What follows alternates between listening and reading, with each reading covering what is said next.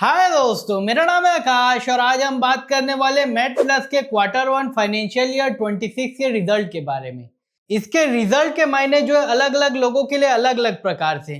अगर कोई स्टूडेंट जो कि फार्मा सेक्टर रिटेल में जॉब करना चाहता है तो उसके लिए, अगर कोई ऐसा स्टूडेंट है जो कि अपना खुद का शॉप ओपन करना चाहता है तो उसके लिए ऐसा तरीका भी बताने का कोशिश करता है। और ऐसे व्यक्ति जो कि एग्जिस्टिंग बिजनेस चला रहे हैं उनको जो कंपटीशन फेस करना पड़ रहा है इस प्रकार की रिटेल चेन से, उसके बारे में भी यह बताता है। इसी के साथ साथ फार्मा कंपनी में जो ब्रांड मैनेजर है जो कि अलग अलग दवाई की ब्रांड को मैनेज करते हैं उनको भी कंपटीशन फेस करना पड़ रहा है तो उनको भी देखना ये रिजल्ट इंपॉर्टेंट हो जाता है। और इसी के साथ साथ ऐसे निवेशक जिनका खून पसीने की मेहनत की कमाई इस कंपनी में लगी हुई है उनको भी देखना बहुत ज्यादा इंपॉर्टेंट हो जाता है। तो चलिए आज हम इस वीडियो में इस चीजों के बारे में बात कर लेते हैं, लेकिन उससे पहले अगर आप हमारे इस चैनल में नए तो कृपया करके इसे लाइक, सब्सक्राइब एंड शेयर कर लें। यहाँ पर हम इस वीडियो में बात करने वाले mate plus as a group के बारे में और यहाँ पर उसके एक पर्टिकुलर बिजनेस मॉडल के बारे में बात करेंगे जिससे कि इस कंपनी का सबसे ज्यादा रिवेन्यू आ रहा है।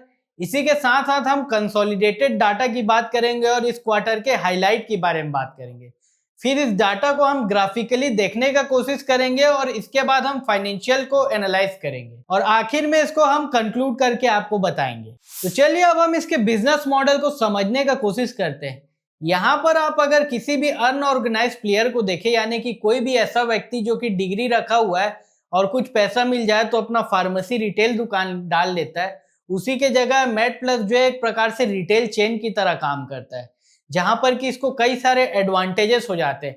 और आपको यहाँ पर ये चीजों को बहुत देखना इंपॉर्टेंट हो जाता है क्योंकि आपके मार्जिन को ये बहुत ज्यादा हर्ट करता है एज अ कॉम्पिटिटर की तरह। तो यहाँ पर अगर हम ऑर्डिनरी आदमी की बात करें जो कि अपना मेडिकल स्टोर डालता है तो उसको कई सारी चीजों का सामना करना पड़ता है, जैसे कि उसके जो शॉप रहते हैं उसमें जो रेंटल रहता है उसका खर्चा उसे देना पड़ता है, पीछे जो होलसेलर और स्टॉकिस्ट से जो ऑलरेडी महंगे माल आते हैं उसको रिटेलरों को निकालना पड़ता है जहां पर कि उसको लगभग 20 से 25% का मार्जिन मिलता है। लेकिन यहाँ पर मेट प्लस की बात कर ले तो यहाँ पर लगभग 4700 स्टोर्स हैं इनके पास, तो ये सीधा कंपनी से प्रोक्योर करता है और डिस्ट्रीब्यूटर और स्टॉकिस्ट गायब रहते हैं जिसके कारण कि इसको सस्ता माल मिलता है और ये पास करता है। तो यहाँ पर ये सस्ती दवाई प्रोवाइड कर पाता है मैसिव डिस्काउंट में, जिसके कारण कि ऑर्डिनरी प्लेयर रहता है उसको बहुत ज्यादा कंपटीशन फेस करना पड़ता है। इसके साथ साथ इसी के साथ साथ कुछ और चीजों की बात कर ले, एक ही व्यक्ति एज अ सेल्फ एम्प्लॉयड व्यक्ति काम करता है तो यहाँ पर उसे अपना account department, purchase department, marketing और कई सारी चीजें एक ही व्यक्ति या दो व्यक्ति को देखनी पड़ जाती है जिसके कारण कि उनका सारा समय इसमें चला जाता है। लेकिन यहाँ पर इसकी बात कर ले मेट प्लस की तो यहाँ पर अलग अलग डिपार्टमेंट को अलग अलग बनाया गया है जिसके कारण कि कई सारी एफिशिएंसीज जो है मेट प्लस के पास या अपोलो फार्मेसी के पास आ जाती है। और इसी के साथ साथ जो सॉफ्टवेयर और टेक्नोलॉजी ये दोनों के दोनों उपयोग करते हैं, यहाँ पर भी मेट प्लस को बहुत ज्यादा एडवांटेज मिल जाता है जिसके कारण कि कई सारे जो फार्मेसी रिटेल ओनर है उनको बहुत ज्यादा कंपटीशन भी फेस करना पड़ रहा है ये सारी चीजों के लिए। तो यहाँ पर मेट प्लस जो है अपनी चीजों का कई सारे प्रकार से एडवांटेज लेता है, ठीक इसी प्रकार से अपोलो भी।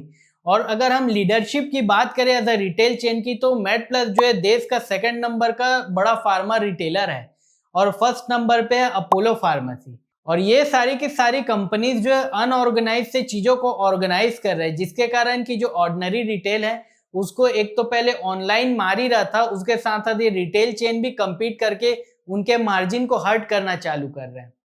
तो उन्हें भी ये सारी चीजों को देखते हुए अपने बिजनेस को इवॉल्व करना पड़ेगा। तो इस प्रकार से हमने मोटा मोटा इसके बिजनेस मॉडल को समझ लिया जो कि हमें नंबर को स्टडी करने में आगे चल के मदद करेंगे। तो यहाँ पर अगर हम कंसोलिडेटेड एज अ ग्रुप की बात कर ले, जैसे कि मेट प्लस में कई सारे प्रकार के बिजनेस हैं जो कि 3 कैटेगरी के हैं, जैसे कि पहला फार्मेसी रिटेल, दूसरा डायग्नोस्टिक और तीसरा होलसेल के। तो इसके सारे के सारे डेटा जो है कंसोलिडेटेड फॉर्म में अवेलेबल है जिसके बारे में हम बात कर रहे हैं। अगर आप यहाँ पर देख पा रहे होंगे क्वार्टर ऑन क्वार्टर रिवेन्यू जो है मात्र 2.2% बढ़ा है और ईयर ऑन ईयर की बात कर ले रिवेन्यू की तो जैसा कि आप लोग देख पा रहे होंगे 3.6% बढ़ी है, जो कि पिछले क्वार्टर से कंपेयर करें तो यहाँ पर ये चीजें थोड़ी इंप्रूव है। इसी के साथ साथ आप अगर ग्रॉस मार्जिन की बात कर ले तो वो आ जा रहा है 26% के आसपास, जो कि पिछले क्वार्टर से थोड़ा सा स्लाइड कम है। और ये कम क्यों है इसके बारे में हम आगे चल के डिस्कस करके आपको अच्छी तरीके से बताएंगे। फिर यहाँ पर अगर आप नंबर ऑफ स्टोर एडिशन की बात करें तो यहाँ पर लगभग 101 स्टोर जो है ऐड किए गए हैं इस पर्टिकुलर क्वार्टर में।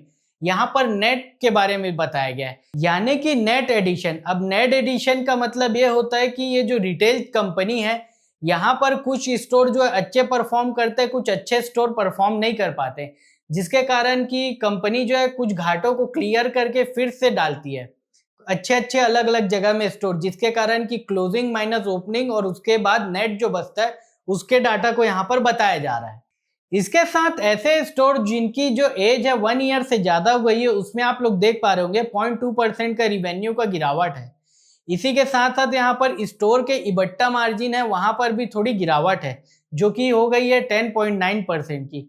इसकी ऐसा इसलिए हुई है क्योंकि यहाँ पर जो व्हाइट लेबल के प्रोडक्ट्स हैं वो इस क्वार्टर में थोड़े कम बने हैं, यानी कि थोड़े कम बिके, इस कारण से यहाँ पर थोड़ा मार्जिन में प्रेशर देखा जा रहा है। रिटर्न ऑन कैपिटल एम्प्लॉयड की अगर हम बात करें तो जैसा कि आप लोग देख पा रहे होंगे ये एक प्रकार से ये बताने की कोशिश करता है कि कंपनी 100 रुपए लगा के कितना रुपए कमाए।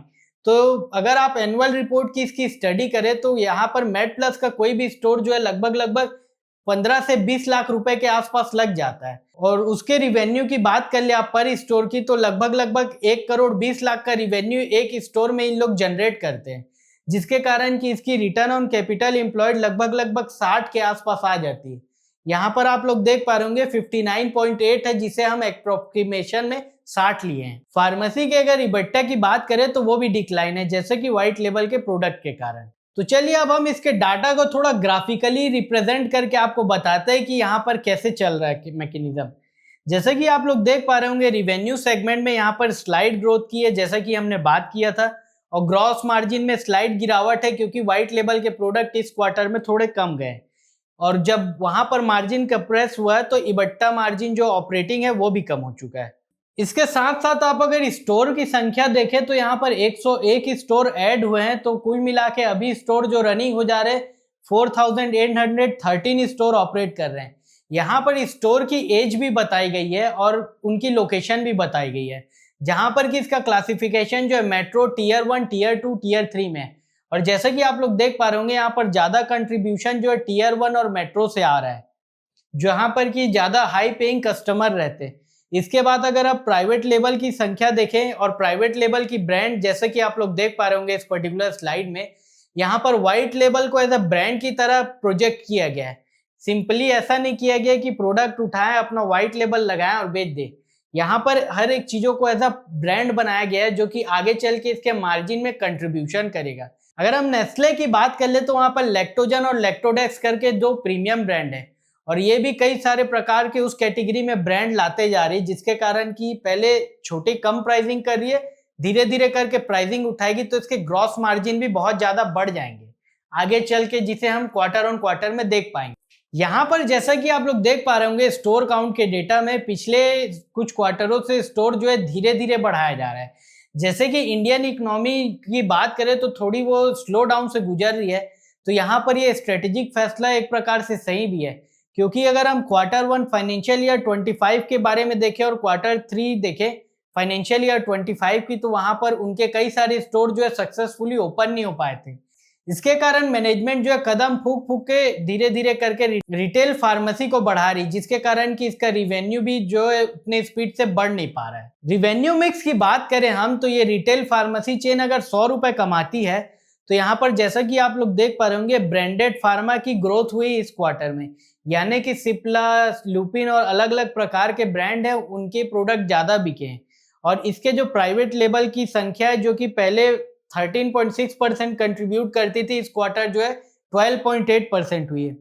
यहाँ पर प्राइवेट लेवल में भी तीनों तरीके से काम किया जा रहा है इस पर्टिकुलर कंपनी में, और ये एक प्रकार से क्वार्टर ऑन क्वार्टर फेनोमेना है। ईयर ऑन ईयर यहाँ पर ग्रोथ दिख रही है, तो ऐसा बिजनेस में होना लाजमी है। कुछ क्वार्टर में अप और डाउन होते हैं, लेकिन इसे हमें ईयर ऑन ईयर और 2-3 ईयर में कंपेयर करना पड़ता है एज अ बिजनेस की तरह। यहाँ पर आप तीनों इनकम स्टेटमेंट को देख पा रहे होंगे। यहाँ पर रिटेल का जो पिछले क्वार्टर का इबट्टा था वो इस बार थोड़ा कम हुआ है, लेकिन यहाँ पर डायग्नोस्टिक में थोड़ी बढ़ोतरी दिखी है, जिसके कारण कि ओवरऑल इबट्टा जहाँ पर कि रिटेल का सेगमेंट थोड़ा ज्यादा है वहां पर थोड़ी कमी दिख पा रही है। इसी के साथ साथ अगर हम बैलेंस शीट की बात करें तो यहाँ पर कैश जो है कंपनी पॉजिटिव होते जा रही है। और वर्किंग कैपिटल की बात कर ले जो कि माल के बारे में बताते ही करंट की, तो यहाँ पर आप लोग देख पा रहे होंगे वर्किंग कैपिटल का डाटा जो है कम होते जा रहा है। इसका मतलब इनकी प्रोडक्ट जो है बहुत जल्दी बिकते जा रही है, जो कि एक प्रकार से पॉजिटिव बताता है किसी भी कंपनी के लिए। कैश पोजीशन की बात करें हम तो इस क्वार्टर में जो कैश है वो धीरे धीरे करके बढ़ता जा रहा है, यानी कि ये कंपनी जो है कैश फेंकना चालू कर रही, जो कि एक प्रकार से बहुत अच्छी चीज है पर्टिकुलर कंपनी के लिए। तो चलिए अब हम इसे कंक्लूड कर लेते हैं। जैसे कि हमने यहाँ पर इस वीडियो में बात किया क्वार्टर 1 फाइनेंशियल ईयर 26 के, यहाँ पर इस कंपनी का मार्जिन जो है इस पर्टिकुलर क्वार्टर में कंप्रेस हुआ है। ऐसा इसलिए हो पाया है क्योंकि जैसा कि हमने ऑलरेडी बात किया, प्राइवेट लेवल की जो संख्या है वो थोड़ी कम हुई है इस कारण से।